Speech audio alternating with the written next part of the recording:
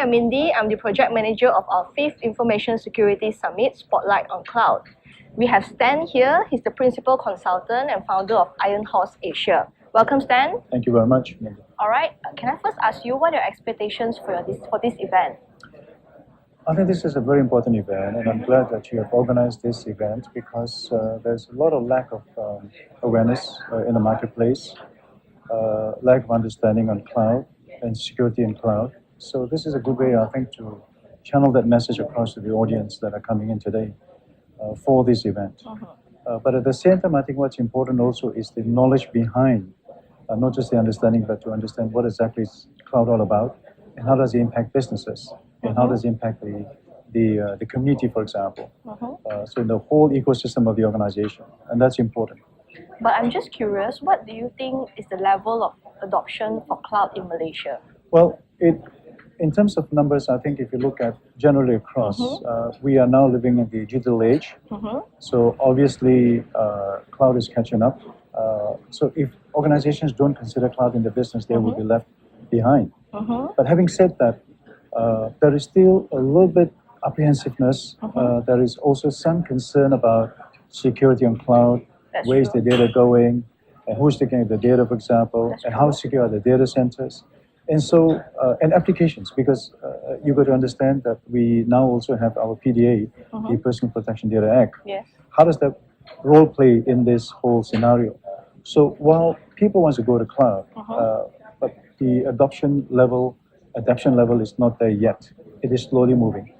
But having said that, if you look on the vendor side of things, people are moving all the application into cloud and tell people, look, this is the way to do business, because the business of the community is not IT. Their business is to run their business. So let somebody else take care of the IT business for you. But okay, based on all those challenges that you said earlier, how do you think that people can try to mitigate the risk? I mean, like for example, cross-border data transfer, security risk in cloud. How do you think they should try to mitigate the risk? Very good question. Question one will be the concern of the C-level executives in the organization will be, how secure is my data? And if my data is sitting behind borders, who is looking at my data? And how am I sure that the people that are managing my data are people that I can trust? So this is the back of the mind of C-level executives. And if you ask the CEO, that's what he will say. Number two is that now you find while data centers are offering that service, there's also a concern about organizations asking, whilst the application runs on the cloud, can the data sit in my organization? Can it sit behind my fences? That means I'm splitting the two, so that I don't have to worry about my data being somewhere else. But these are questions that are not fully addressed at the moment.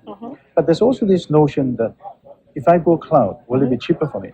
Will it be cheaper to run my business? There's a mixed feeling about being cheap and being affordable. So there are some gray areas here that one needs to look at.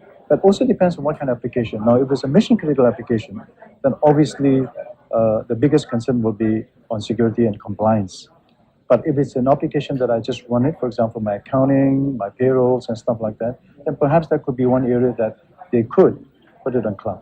But you mentioned about cost just now. What do you think? Does the cost, does it outweigh the reward for using cloud? Or?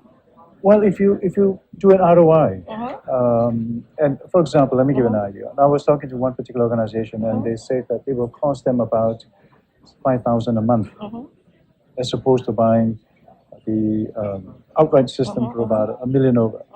But if you look at 5,000 a month, and if you spread over a year, that's about 60,000. But if you times that the number of years that the client is going to use the system, then obviously the ROI, if you look at it, may not make sense at all. Because at the end of the day, you end up probably paying more. But the idea of that is that you want to be able to walk away from an application if you don't want to use it anymore. But of course, there are some issues. But cost has always been a very tricky area. Sometimes it works out for you, sometimes it doesn't. But at the end of the day, the idea is that if cost is the main issue that you want to consider, then cloud may not be the way you want to go. Depends on the cost. And maybe outright may be a better way. But again, if you have outright systems in your organization, the idea of that will be that you continue to look at good IT people, good CIOs, for example, to manage the system, and people come and go. So there are challenges in between. All right. My next question is, okay, let's say if a certain organization they're interested in using cloud, what are the key areas that they should look at before? I mean, in choosing a suitable cloud for their organization. Okay. I think first and foremost, if somebody who has not gone into any application, assuming it, well, it's difficult to say that because today I would say that 90% of the organizations have some kind of IT systems. If you're already running an in-house system that you have purchased previously, and if you want to move that into a cloud, then you must have very good reasons why you're moving to cloud.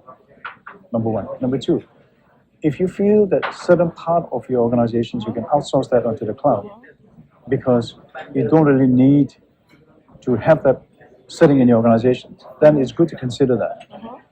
Third is that if you want to share cost across industry, certainly if you're running a CRM, but specific to you, then you want to be able to ensure that you run it in-house. But if you're running a generalized CRM, then it's okay for you to then go on cloud. But having said that, you also need to understand that once you're in cloud, then there are certain things you cannot do, which means that if I got extensive modifications, I got extensive business requirements, I got things that are unique to me, then it becomes a very one-off thing. So it could work out expensive in the end of the day. But what are the things that that is not advisable to move to cloud?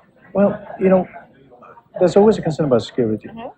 I would say that unless you're absolutely sure that you're moving to cloud because you have this benefits for the organization, i.e., cost, management of your business and processes, that you're able to scale in cloud, you're able to scale, then I think then you should consider it.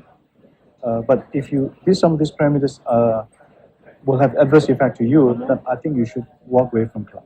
That's good. That's good. All right. Thank you, Stan, for Thank you very much. for your time. Thank you for I having wish you me. a fruitful conference. Thank you. Thank you.